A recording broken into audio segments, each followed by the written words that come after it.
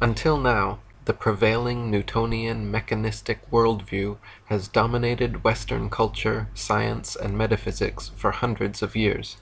The idea that we live in an unintelligently designed universe, the idea that out of nowhere, nothing, for no reason, spontaneously became everything, has been accepted as scientific gospel. This atheistic, nihilistic, purely materialistic paradigm presented by believers of Big Bang evolution, however, cannot explain the multitude of non-physical, non-local findings in quantum mechanics. They cannot explain how consciousness, intelligence, and life supposedly evolved from unconscious, unintelligent, dead matter. They cannot explain why apple seeds grow apple trees and pear seeds grow pear trees, or how arm cells know to be arms and leg cells know to be legs. They cannot explain the holographic universe or morphogenic fields, the placebo effect, psychoneuroimmunology, acupuncture, the aura, chi or remote healing, telepathy, psychokinesis, clairvoyance, precognition, and the entirety of psi-science. They cannot explain out-of-body or near-death experiences, ghosts, entheogens, the soul, the spirit world, or reincarnation. Adrian Cooper wrote, "Although the true nature of the universe has been known and taught throughout the ages by many and varied sources throughout the world, all of which are highly consistent and in broad agreement, it is also now being substantiated by the work of modern quantum physics, and increasingly by other branches of the sciences as well.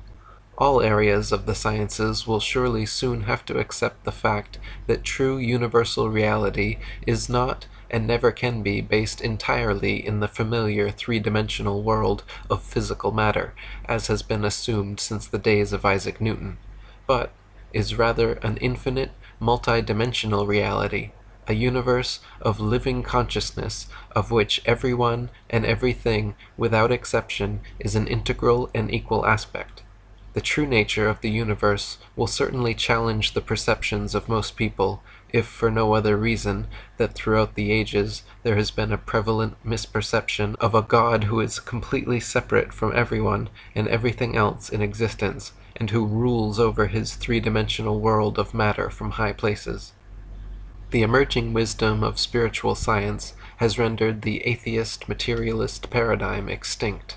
Consciousness, life, the beautiful diversity, complexity, and interconnectedness of nature and the universe are not the result of some random, coincidental physical phenomenon.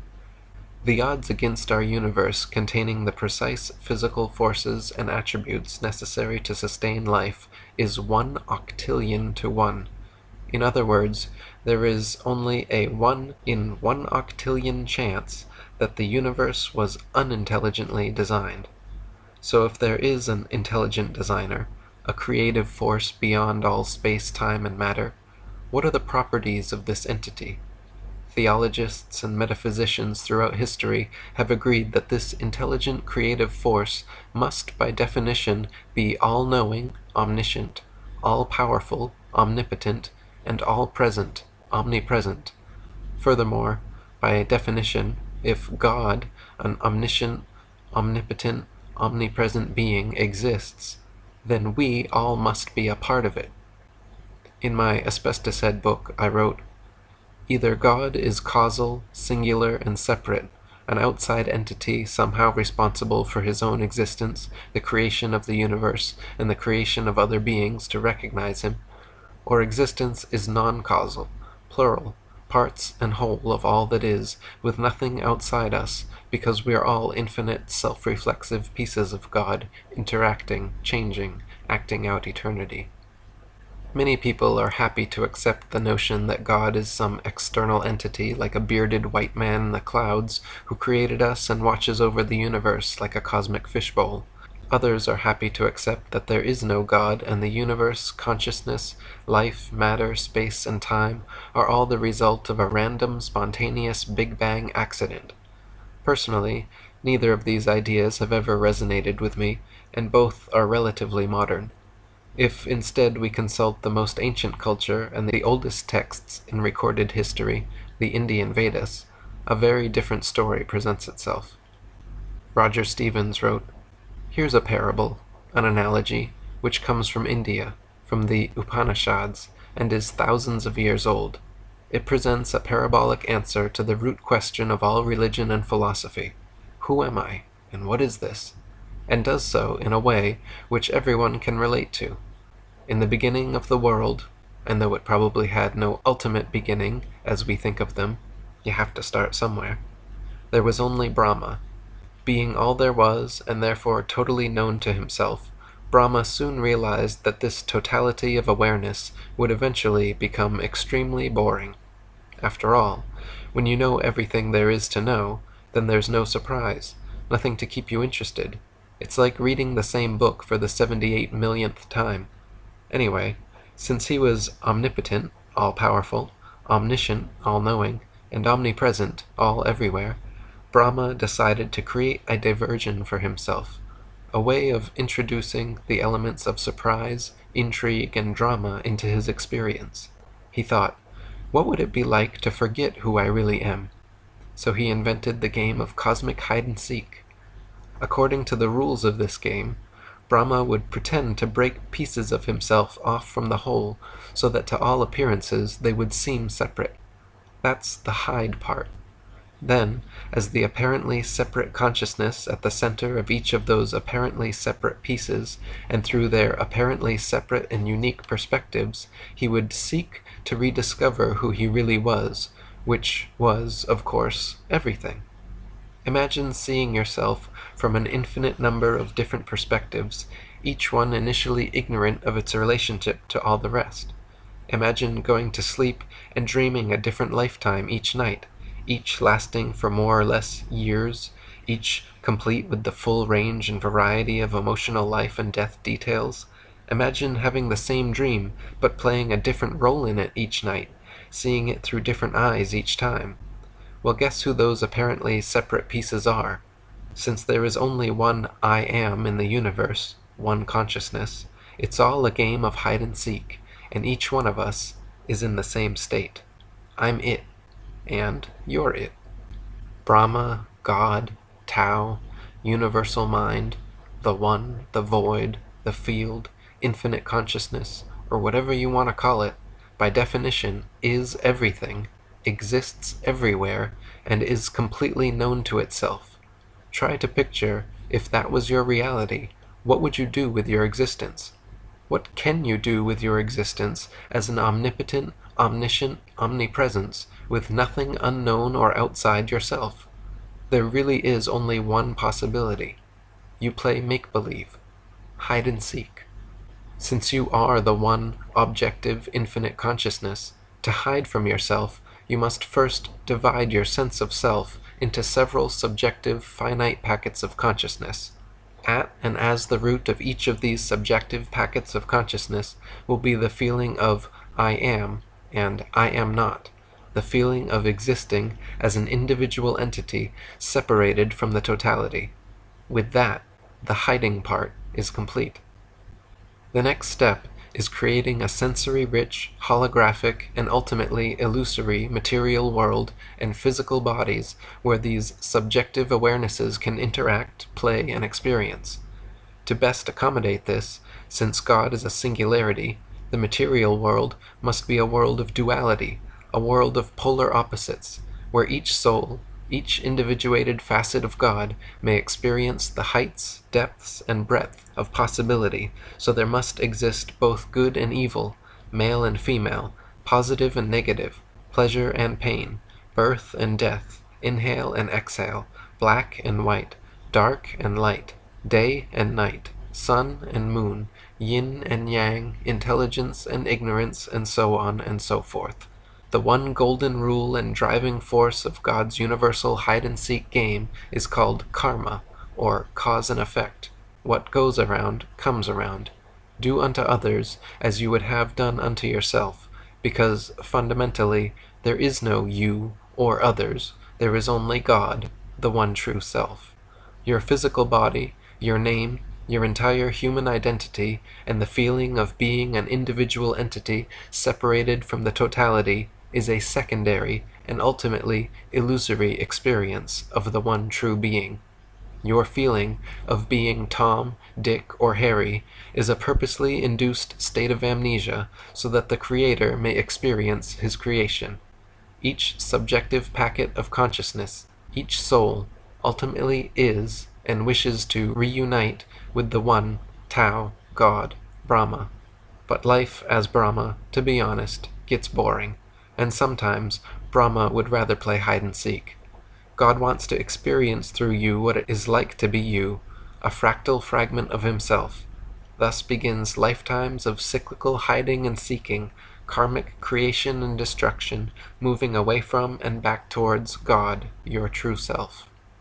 Fritjof Capra wrote, "In the Eastern view, then, the division of nature into separate objects is not fundamental, and any such objects have a fluid and ever-changing character.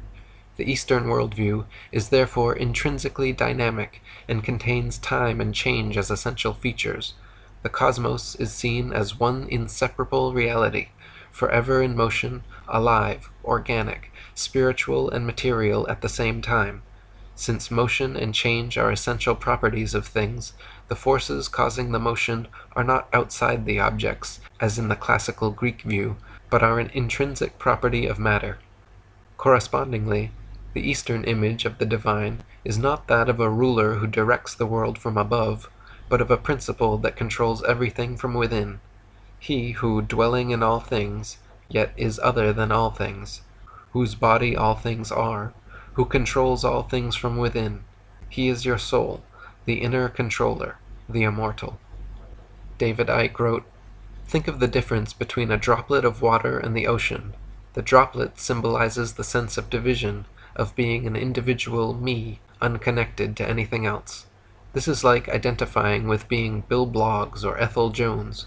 But put that droplet back in the ocean, and where does the ocean end and the droplet begin? There is no beginning and no end, no alpha and omega, because all is one.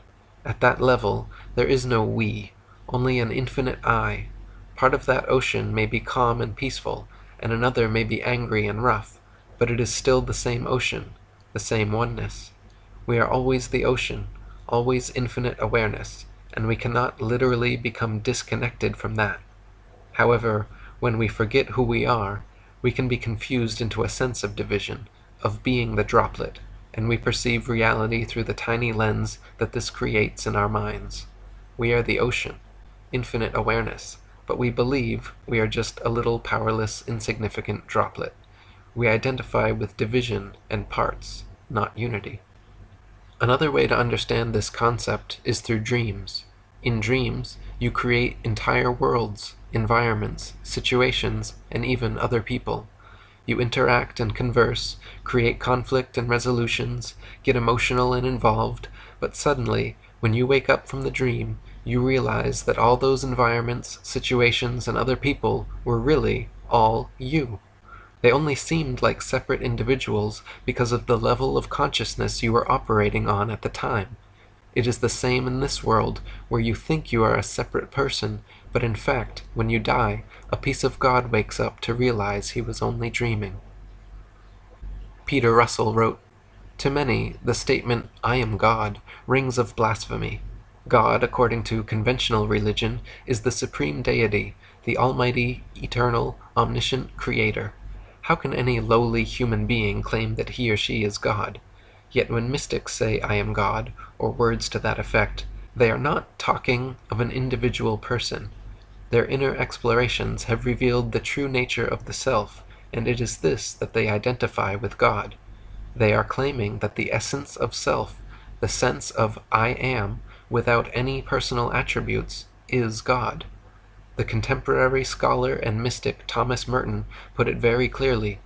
If I penetrate to the depths of my own existence and my own present reality, the indefinable am that is myself in its deepest roots, then through this deep center I pass into the infinite I am, which is the very name of the Almighty. I am is one of the Hebrew names of God. It is often translated as I am that I am. Similar claims appear in Eastern traditions. The great Indian sage Sri Ramana Maharshi said, "I am is the name of God. God is none other than the self."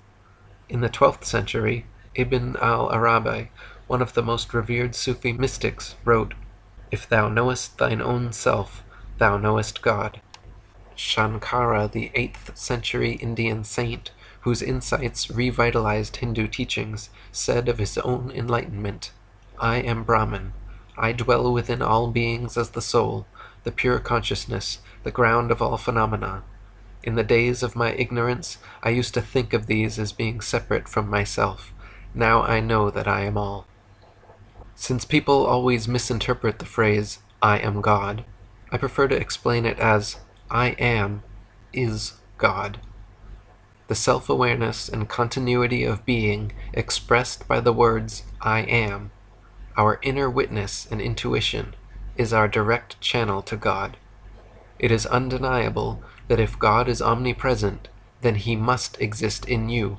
He must be you, and everyone and everything else in existence as well. We are all playing an equal part as lost ripples in God's infinite ocean of consciousness.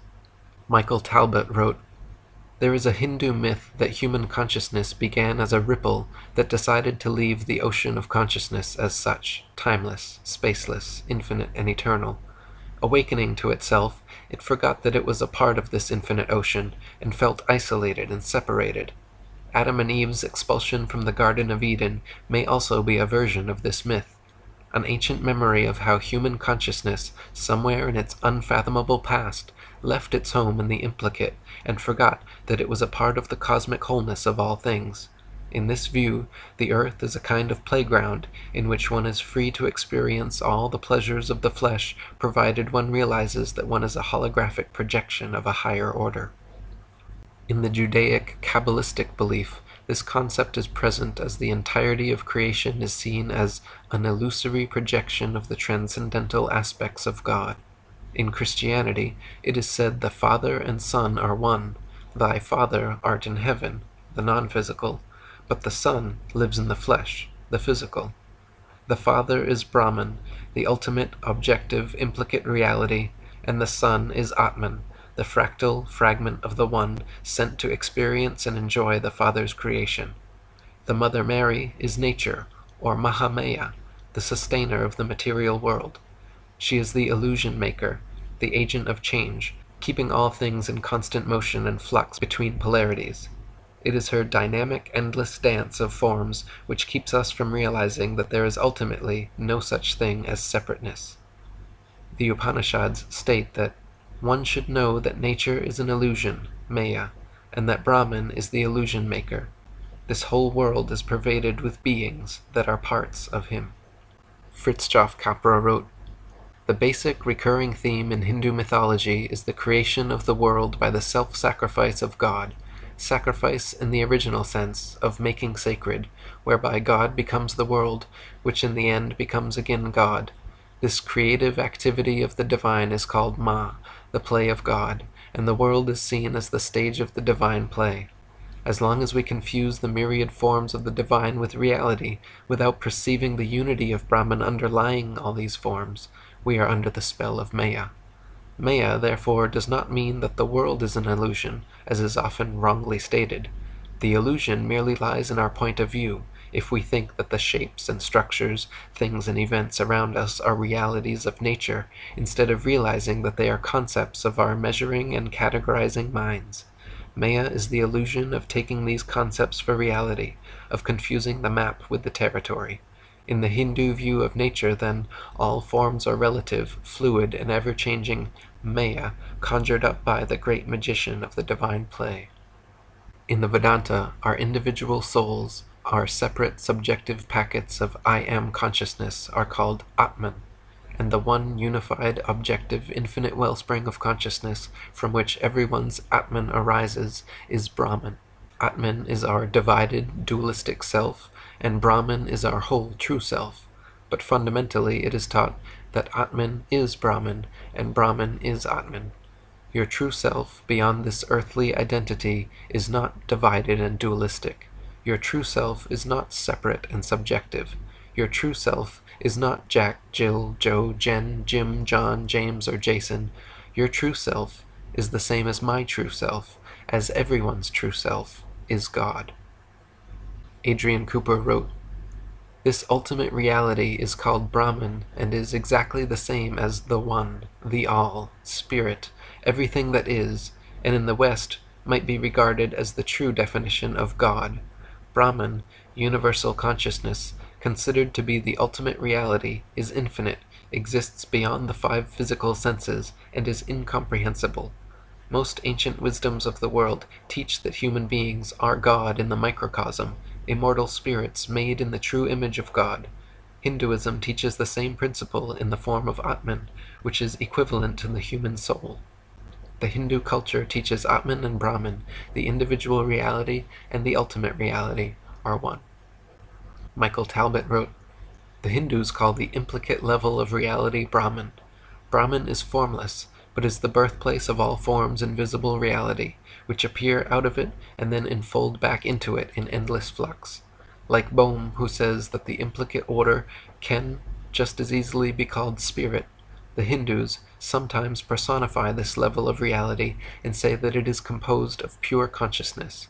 Thus, consciousness is not only a subtler form of matter, but it is more fundamental than matter, and in the Hindu cosmogony it is matter that has emerged from consciousness, and not the other way around."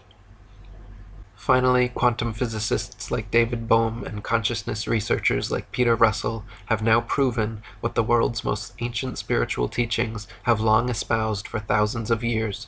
The faculty of consciousness is primary to the creation of the material world.